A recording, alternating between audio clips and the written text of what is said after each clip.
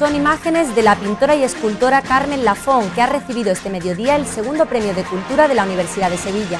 La artista sevillana, académica de la Real Academia de Bellas Artes de San Fernando e hija predilecta de Andalucía, ha sido reconocida por la importancia de su obra y por su amplísima carrera artística, presente en los principales museos del mundo como el Nacional Reina Sofía o el British Museum. El rector de la Universidad de Sevilla, Antonio Ramírez de Arellano, y la secretaria general del hispalense, Concepción Orgué, han sido algunos de los miembros del jurado que han hecho entrega del galardón. Han valorado la especial colaboración del artista en la Universidad Sevillana, de la que ha sido profesora.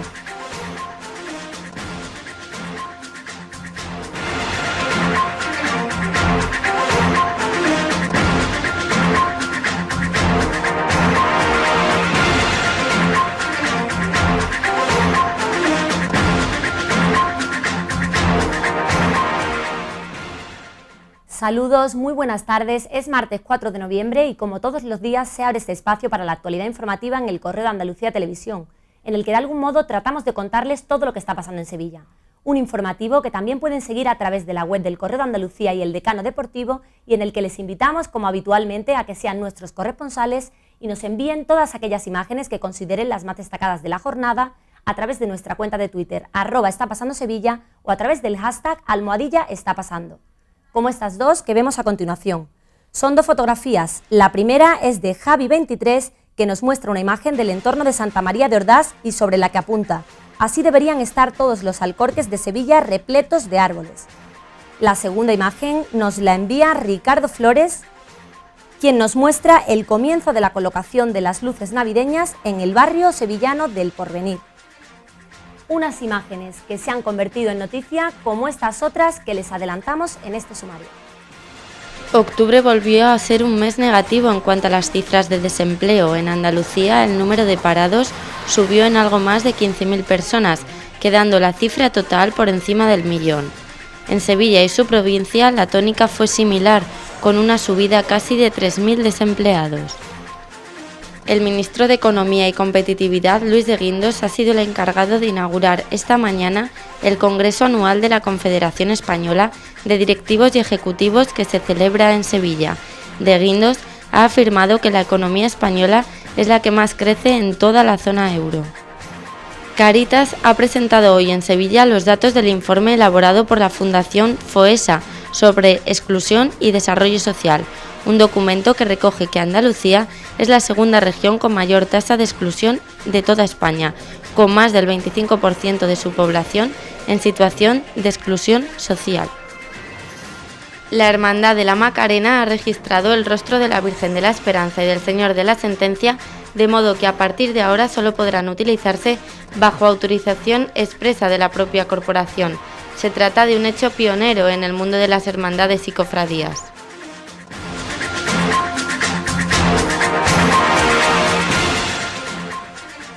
La noticia de este martes nos lleva a hablarles de los datos del paro publicados esta mañana.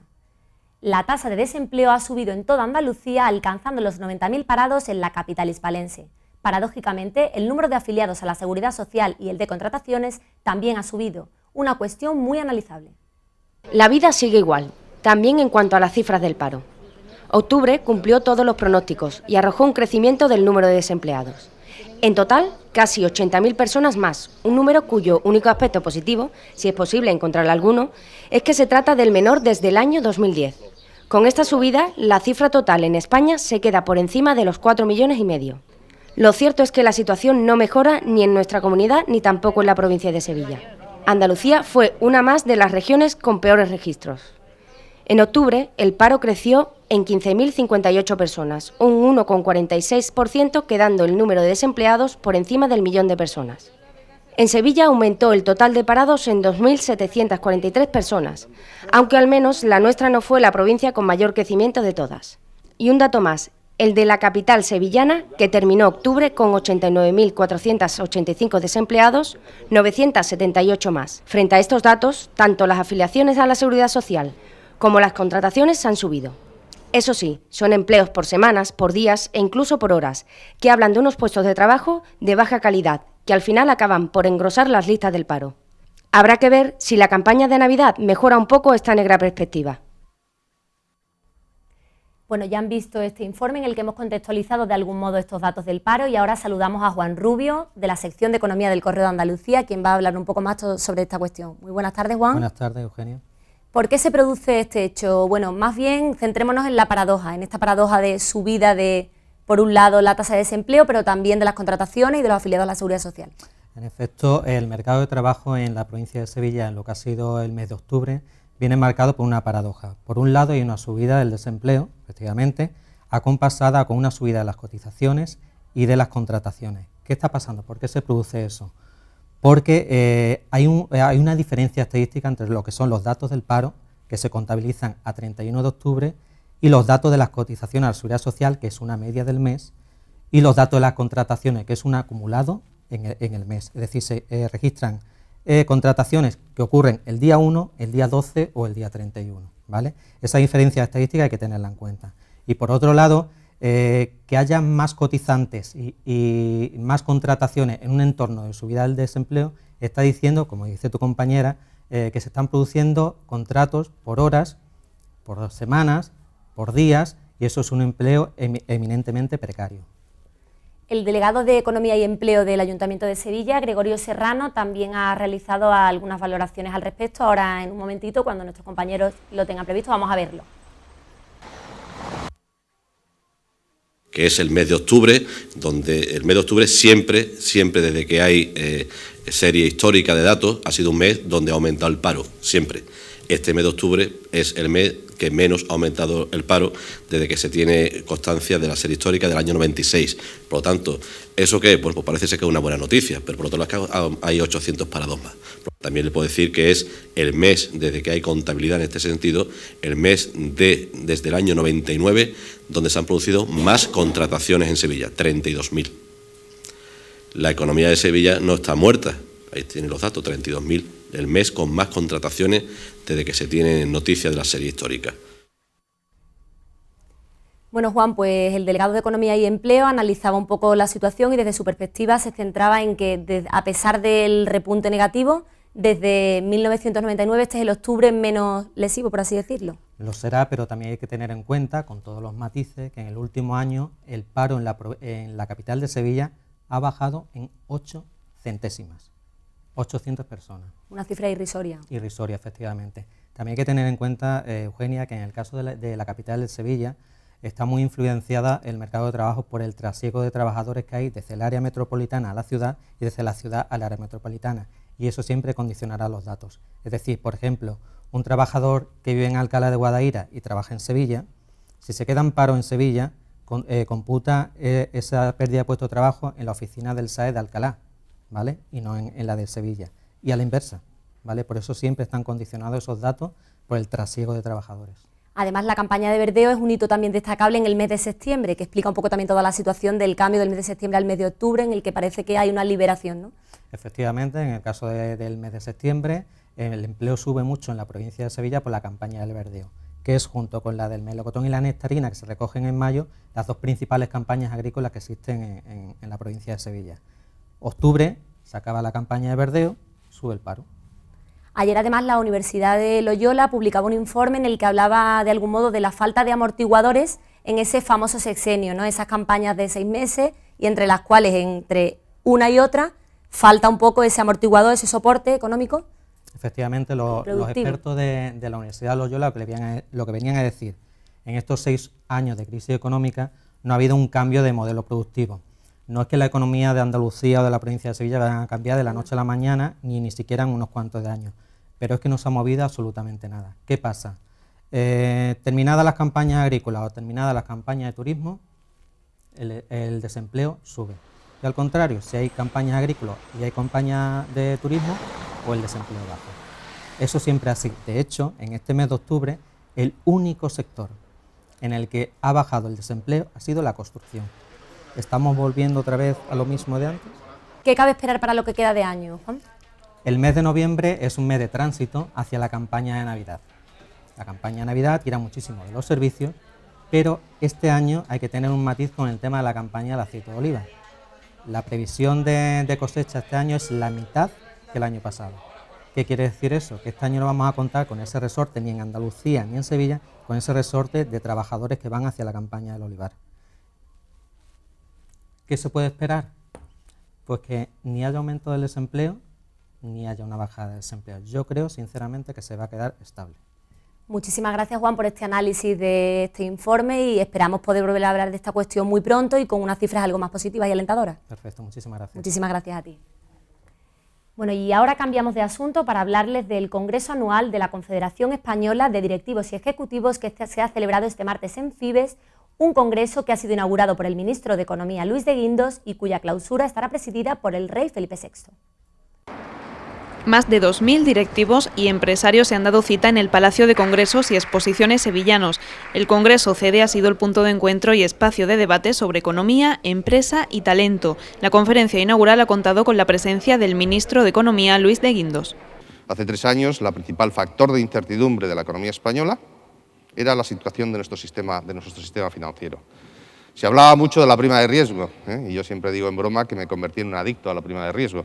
Pero había otro dato que le llegaba al ministro de Economía. Al ministro de Economía le suelen llegar siempre los datos más agradables antes que al resto de los mortales, que era la posición de liquidez y la evolución de los depósitos en la banca española, que era especialmente preocupante. Es decir, a mediados del año 2012, por ejemplo, las salidas de depósitos eran una constante. De alguna forma, ello lo que reflejaba en la incertidumbre. Sobre la mesa de debate se han planteado 3 grandes desafíos: más capacidad de trabajo a nivel internacional, innovación y tecnología. Pero no solo de cara a grandes entidades, las pymes, según el ministro, juegan un papel fundamental. El Congreso ha estado repleto de conferencias, diálogos de 25 expertos, así como de stands informativos, también de jóvenes estudiantes y directivos, y precisamente entre ellos se pretende impulsar un plan de empleabilidad e inserción laboral. El rey Felipe VI ha presidido la clausura de la jornada en el auditorio principal. Y un apunte más para contarles que el Instituto Andaluz de la Tecnología firmó ayer un convenio con la empresa Emerita Resource con el objetivo de impulsar de algún modo la investigación, el desarrollo y la innovación de la minería andaluza. En clave regional podemos contarles que Cáritas ha presentado esta mañana en Sevilla un informe sobre desarrollo y exclusión social. Entre los datos extraídos en este informe hemos podido conocer el dato de que el 25% de los andaluces se encuentran en situación de exclusión social y de pobreza. Más de 2 millones de andaluces viven en situación de exclusión social y la mitad de ellos en exclusión severa. Se trata de un conflicto de aislamiento social que azota a nuestra comunidad autónoma desde antes del comienzo de la crisis y durante estos últimos 7 años se ha acentuado. Son datos del 7º informe FOESA presentado esta mañana en el Arzobispado de Sevilla por Cáritas Diocesana. Dios quiera que todos tomemos buena nota de las indicaciones que se nos hacen en este informe para hacer más eficaz nuestro servicio a los excluidos, nuestro servicio a los últimos, que deben ser el objeto preferente de nuestra entrega y de nuestra dedicación como cristianos. El estudio, realizado por un total de 21 catedráticos durante 4 años de trabajo con la colaboración de 30 universidades españolas, cuenta que Andalucía es la primera comunidad con mayor número de personas afectadas por esta lacra, especialmente en materia de desempleo, de vivienda y de sanidad. Además, el informe añade que la desigualdad entre los sectores sociales ha aumentado un 9%. Las personas que viven por debajo de un determinado nivel de renta, es decir, el dinero que disponen para llegar a fin de mes, la intensidad que hay en esos hogares relacionadas con el tema del empleo sería un segundo elemento, y un tercer elemento que lo compone ese dato tiene que ver con determinadas privaciones materiales que se dan en los hogares y en las familias. Juntando esos 3 elementos da este dato. Más de un 20% de los hogares andaluces viven en pésimas situaciones de habitabilidad y han recibido algún aviso de corte de suministros como agua o luz. En definitiva, Cáritas ha hecho un llamamiento para tomar medidas urgentes a un problema de dimensiones ya estructurales, ya que esta situación polariza aún más si cabe en nuestra sociedad. Estamos muy acostumbrados a ver el rostro de la Macarena en múltiples soportes. A partir de ahora este hecho cambiará. La hermandad ha registrado oficialmente la cara, tanto de frente como de perfil, de la Virgen de la Esperanza. Ni de frente ni de perfil. Ninguna perspectiva del rostro de la Virgen de la Esperanza podrá reproducirse a partir de ahora de ningún modo sin la autorización expresa de la Hermandad de la Macarena. El gabinete Fernández Palacios Abogados, recientemente galardonado con el Premio Andalucía Excelente, es el responsable de la consecución de este registro, que incluye también a la imagen del Señor de la Sentencia. algo, según indican, sin precedentes en el mundo de las hermandades. Esto es revolucionario en el mundo de las marcas y en el sector de las cofradías, esencialmente porque conseguimos que desde cualquier perspectiva que un tercero pueda utilizar la cara de la Virgen, la hermandad se reserve el derecho a poder entender que hay infracción y prohibirle el uso. La hermandad, que recientemente ha registrado la marca Armaos, ya había seguido este proceso hace años, con la denominación Macarena y la imagen completa de la Virgen, entre otros activos. Pero el rostro apenas supone el 10% del total de la imagen, por lo que hasta ahora podría reproducirse sin necesidad de ningún permiso. Con esta medida, la hermandad pretende evitar el uso indebido del rostro de la Virgen de la Esperanza, aunque, como dijo el poeta, pues de frente o de perfil, aún registrada, más buena moza no cabe. Anoche el Consejo de Cofradías elegía la imagen del Cristo de la Humildad y Paciencia de la Hermandad del Buen Fin para presidir el Vía Crucis de las Hermandades en la Cuaresma de 2015. La noticia llenaba anoche de satisfacción a los hermanos de la Corporación de los Terceros, cuyo titular presidirá la 40ª edición de este acto penitencial. La imagen del Cristo de la Humildad y Paciencia es una obra anónima de finales del siglo XVI o principios del XVII, hecha en pasta de papelón. Desde el año 2005 no presidía una imagen del Domingo de Ramos este Vía Crucis, entonces lo hizo el Cristo de las Penas de la Hermandad de la Estrella. El Vía Crucis se celebrará en la Catedral de Sevilla el próximo 23 de febrero, primer lunes de Cuaresma.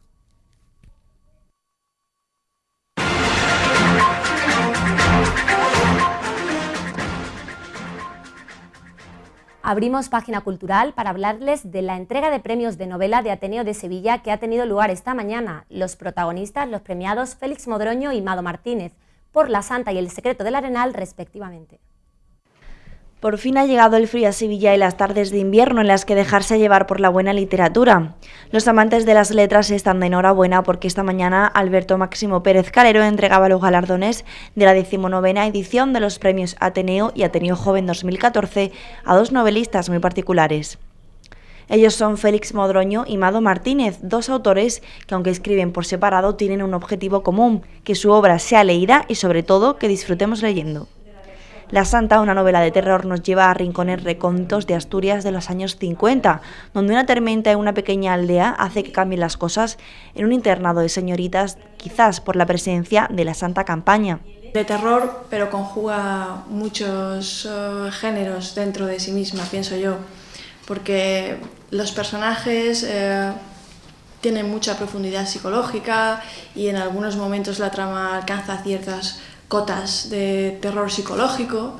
También juega mucho con el terror y el misterio, pero tentando todo el rato a lo sobrenatural y la fantasía. Y tengo que confesar que me he dejado llevar por una vena muy gótica de todas las novelas de terror que he escrito. Quizás esta sea la más gótica de todas ellas. Félix Modroño, vasco y sevillano al mismo tiempo, ha construido en Secretos del Arenal todo un mundo volcado en la pasión por la venganza, el amor y el deseo en dos historias paralelas, una a caballo entre Sevilla y Bilbao y otra en la Sevilla de los años 40. Se puede calificar como novela negra porque realmente los crímenes son el hilo conductor de las dos historias. En la primera, en la actualidad, hago un homenaje al mundo del vino, principalmente. Los protagonistas son sommeliers y utilizo el vino como para marcar un poquito mejor la prosa, para hacer metáforas con sus aromas, con sus sensaciones. Y en la historia de la Sevilla de los años 40 guarda muchos homenajes. Me he permitido retratar la Sevilla de nuestros antepasados, los detalles de los comercios, cómo se vivía. La Santa y Secretos del Arenal son sin duda dos buenas opciones para dar la bienvenida al invierno cerca del calor de una chimenea y descubrir así las tramas de las historias. Y del mundo de la literatura nos vamos al cinematográfico. El rodaje de Juego de Tronos se ha cerrado en Sevilla con cifras muy positivas. Así lo ha confirmado el delegado de Economía, Empleo y Turismo del Ayuntamiento de Sevilla, Gregorio Serrano, en un informe esta mañana. Y es que a pesar del cierre de parte del Alcázar, el número de visitantes aumentó en un 2,35%, lo que se traduce en 75.000 turistas, según el delegado.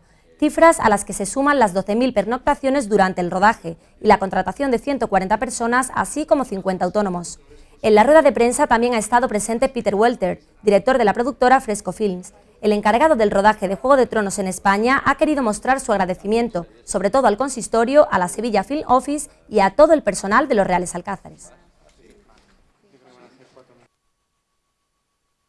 sobre todo pues quiero destacar una cosa que pocas veces pasa y que realmente me sorprendió gratamente, ver la coordinación entre tantas entes municipales de forma tan profesional y tan eficaz nos ha asombrado a todos, sobre todo a nuestros clientes, a la productora Fire & Blood de Irlanda del Norte, que estuvieron encantados de ver cómo todo el mundo se volcaba con este proyecto, como todo el mundo se volcaba en hacer todo lo posible pues, para que realmente se llevara a cabo de tal forma que no hubo ninguna incidencia, ningún problema. La Asociación para la Rehabilitación y la Prevención de la Afasia, ARPA, ha hecho entrega de los diplomas a todas aquellas personas afectadas por este trastorno, así como a los artistas que han colaborado con la exposición Rompiendo Silencios. Su presidenta, Chari Maldonado, ha hablado al respecto. Estamos clausurando el mes de octubre, es el mes de la afasia. Tenemos una gran satisfacción de todos los actos que hemos hecho, principalmente por todas las personas que han acudido. Más de 1000 personas han estado en todos nuestros actos. Esto significa que más de 1000 personas hoy conocen lo que es la afasia. Como principalmente por el ictus se nos queda borrada la comunicación, y esto estamos organizando lo que es la playa de la afasia.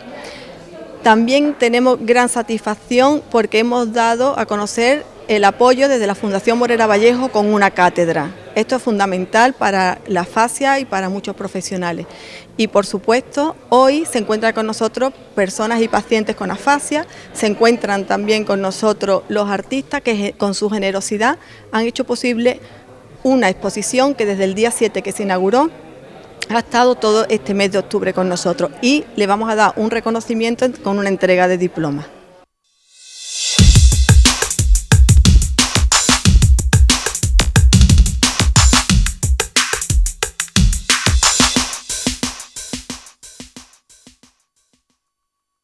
Llega el tiempo de la información deportiva. Saludamos a los compañeros del decano y en especial a su director Antonio Viola. Muy buenas tardes, Antonio. ¿Qué tal, Eugenia? Buenas tardes. ¿Qué nos traes hoy? ¿Cuál es la información que nos ofrece? Pues los coletazos que sigue dando la derrota del Real Betis Balompié, estrepitosa en Pamplona y ante Osasuna el pasado fin de semana. Una derrota que, como digo, va a seguir coleando todavía en el entorno del Real Betis Balompié. Un Real Betis Balompié que suma una victoria negra a lo que es su historia. 45 años hacía que no les remontaban un 2-0 en segunda división.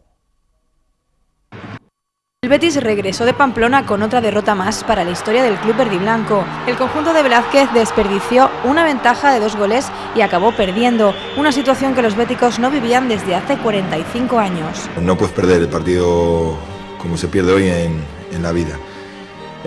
Jodidísimo, porque el equipo creo que ha hecho muchísimo para ganar el partido, pero obviamente lo hemos perdido nosotros y no lo ha ganado Osasuna, eso está claro. Este duro golpe escribe un capítulo más en esta historia negra, ya que el club de La Palmera nunca ha perdido después de tener 3 o más tantos en el marcador. Como se administra, lo primero, ahora estando tranquilos en el viaje, en el AVE, en el autobús, y mañana Dios dirá, y a pensar en el siguiente partido. Es la 4ª vez en toda su vida que el Betis pierde un partido en segunda tras tener 2 goles de ventaja, y según las crónicas de la época, la temporada que el club verdiblanco perdió por primera vez en estas circunstancias, el Betis bajó a tercera. Bueno, pues sin duda un momento negro en la historia del Real Betis Balompié, en sus más de 100 años de historia, que esperemos no se vuelva a repetir. Lo decía Julio Velázquez, hay que empezar a pensar en el siguiente partido, será ante el FC Barcelona B y en el estadio Benito Villamarín. Puede ser el último para un Julio Velázquez, que eso sí, ya sabe lo que es salvar un match ball en el banquillo del Real Betis Balompié. Segundo match ball para Julio Velázquez. Ahora mismo emocionalmente mejor no pensar mucho y estar tranquilo. Mañana a pensar en el partido del próximo fin de semana y se acabó. El Consejo de Administración del Betis se reunió en la tarde de ayer para abordar los diferentes temas de actualidad del conjunto verdiblanco. El Consejo ratifica a Velázquez como entrenador. Lo de mi puesto es secundario. Cómo se administra, lo primero, ahora estando tranquilos en el viaje y mañana Dios dirá, y a pensar en el siguiente partido. Defienden el trabajo del técnico vallisoletano y el compromiso de la plantilla, además de los signos de mejoría del juego del equipo. En la nota informativa lanzada tras la sesión, el club asegura que asume y comparte la preocupación de los aficionados, pero que confía en que el juego del equipo les llevará a remontar posiciones. Eso es lo que decía precisamente la nota que conocíamos ayer una vez, concluía ese consejo de administración que tuvo lugar en el estadio Benito Villamarín. La Junta de Dirección del club ha convocado una junta ordinaria de accionistas para el próximo día 9 de diciembre. Será el momento en el que conozcamos quién va a ser el nuevo presidente del Real Betis Balompié, puesto que Manuel Domínguez Platas no seguirá al frente de ese consejo de administración. Van a entrar más consejeros, van a cambiar muchas cosas, pero sobre todo lo que más se saca en claro de esa nota que publicaba ayer a través de su web oficial es el apoyo al entrenador y la preocupación que comparte con el resto de aficionados, teniendo en cuenta el momento deportivo que atraviesa la entidad. Veremos a ver qué ocurre en esa junta, veremos a ver qué ocurre el próximo partido, si sigue o no Julio Velázquez, pero hay que hablar también del Sevilla Fútbol Club, un Sevilla Fútbol Club que cayó derrotado en San Mamés y ante el Athletic Club de Bilbao. No remonta partidos, o no es lo habitual, un Sevilla que está acostumbrado a ganar. Ganar un partido con el marcador en contra sigue siendo una asignatura pendiente para el Sevilla, y es que las remontadas en la Liga se resisten. La incapacidad de dar la vuelta al marcador en Bilbao ha levantado alguna que otra espina. Que es un proceso más que vivimos, ¿no? Ser capaces de llevar el partido controlado, incluso con el marcador que hemos tenido otras veces, y llevarlo en contra como hoy, para saber gestionarlo y poder manejarlo a nuestro control, y hoy no lo hemos conseguido. Desde la llegada de Unai Emery solo se han conseguido 3 remontadas, y es que el técnico vasco lleva ya 67 partidos ligueros disputados con el equipo rojiblanco, y jugar con el marcador en contra y tener que remontar no es lo habitual para este Sevilla. Cuando no salen las cosas que quieres trabajar o que has hecho y que el terreno del juego no salen, pues es volver a insistir, y por eso digo que a nivel de ilusión, a nivel de decepción después con la derrota ahora, pues tenemos que intentar que sea corta y trabajar todo eso. O sea, la verdad que hoy hemos tenido muchos córner, faltas, y no hemos estado acertados, ¿no? No hemos estado ahí como otras veces, quizá con mayor poderío. 3 remontadas que llegaron ante el Valencia, el Real Madrid y una última más reciente ante el Villarreal, que supusieron un chute de adrenalina para el Sevilla de Emery, un equipo en constante crecimiento pero con una asignatura pendiente. Bueno, pues en constante crecimiento, un Sevilla Fútbol Club que además ve como de manera individual sus jugadores también reciben premios. En las últimas horas se ha conocido que tanto Beto, además de Stefan Envía, que es la sensación sin duda en la Liga, o una de ellas, además de Carlos Vaca, están en ese 11 ideal que vota la Liga de Fútbol Profesional. Los sevillistas Beto, Vaca y Envía entre los mejores de la Liga según la redacción de LFP.es. Tras un mes de octubre apasionante, donde el fútbol ha vuelto a ser el rey, el equipo de redactores de LFP.es ha seleccionado a los jugadores más destacados de este primer tramo de competición, entre los que incluye al sevillista Beto como amo y señor bajo los 3 palos, la defensa de Stefan Envía y la delantera de Carlos Vaca. Bueno, pues un Sevilla que continúa trabajando para preparar el próximo compromiso, en este caso de nuevo en Europa, ante el Standard de Lieja y en el estadio Ramón Sánchez Pizjuán. Ya en ese viaje el Sevilla comprobó cómo se las gasta el equipo belga, no consiguió pasar del empate en un partido soso en el que, por ejemplo, debutó este hombre que ven en sus pantallas, Alejandro Rivas, que mañana podría tener de nuevo, pasado mañana de nuevo la oportunidad de jugar nuevos minutos con el Sevilla. Sería de nuevo en competición europea donde sí que hay algunos puntales que parecen afianzarse, caso de Fernando Navarro y de alguna que otra rotación que está haciendo el entrenador para este tipo de partidos. Veremos a ver qué ocurre, será el jueves por la noche y en el Ramón Sánchez Pizjuán. Muchas gracias, Antonio, por traernos toda esta actualidad deportiva. Esperemos que los equipos se pongan las pilas, porque el panorama la verdad es que está un poco crítico. Un poco complicado después de las 3 derrotas para el Real Betis Balompié, el Sevilla Fútbol Club y el Club Baloncesto Sevilla. Esperemos que este fin de semana, desde el próximo jueves, nos vayan regalando alegrías con el compromiso del Sevilla también en Europa. Esperemos. Mañana os leemos en el Decano Deportivo y nos vemos aquí mañana a la misma hora, no falta. Mañana más. Muchas gracias, Eugenia. Tras el tiempo de deportes, damos paso a la información meteorológica. Lo que podemos decirles es que mañana pueden olvidarse del paraguas, al menos momentáneamente, pero sí tienen que tener preparadas todas sus prendas de abrigo.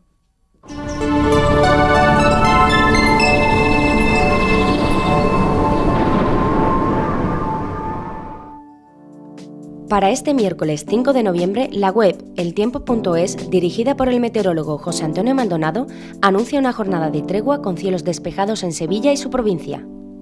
Dejamos a un lado el paraguas y damos la bienvenida paulatinamente al frío.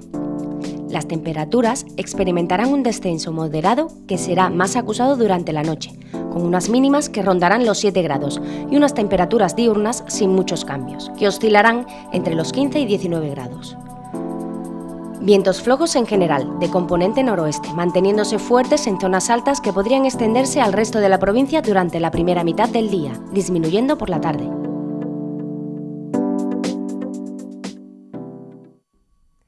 Hoy estamos de enhorabuena en el Correo de Andalucía Televisión porque se estrena un nuevo espacio, un nuevo programa, La Consulta. Este programa abordará las cuestiones de salud desde muy distintos puntos de vista. Dirigido y presentado por nuestro compañero Iñaki Alonso, el espacio ofrece también consejos a la población tanto para el cuidado de su cuerpo como de su mente. En su primer programa, el tema destacado serán las vacunas infantiles. Para ello contaremos con una entrevista al pediatra y vicepresidente primero del Colegio de Médicos de Sevilla, el doctor Alfonso Carmona. En el espacio se incluye también la sección El Espejo, en la que Manuel Salgado, psicólogo clínico del Centro Kairis, aborda el cuidado de la mente, esta semana centrado en cómo afecta el paro emocionalmente. Las puertas de la consulta se abren esta noche a partir de las 9. Y como cada noche tienen una cita en esta casa con el programa La Pasión a partir de las 10 de la noche, presentado y dirigido por Víctor García Rayo, con la colaboración de Manuel Esteban y Adelaida Fernández Palacio. Esta noche nos acompañará el hermano mayor de la cena, Joaquín Solís, para hablarnos de la elección del Señor de la Humildad y Paciencia para presidir el Vía Crucis de las Hermandades de Sevilla el próximo 23 de febrero. Se hablará también de la protección del rostro de la Macarena, tanto de frente como de perfil. Además, podrán verse un amplio repaso a las procesiones y cultos del pasado fin de semana, con especial atención al Rosario de la Aurora de la Virgen del Rosario de Montesión a Triana. En la papeleta, el debate abordará las elecciones en las hermandades, las juntas de gobierno y las campañas electorales. Todo eso y mucho más a partir de las 10 de la noche en el Correo de Andalucía Televisión, donde la pasión no acaba.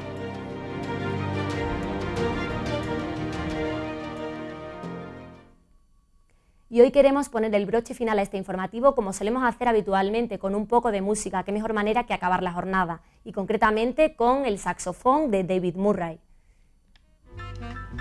Una actuación que será la encargada de inaugurar el tradicional ciclo Jazz en noviembre, que se celebra en el Teatro Central de la capital hispalense.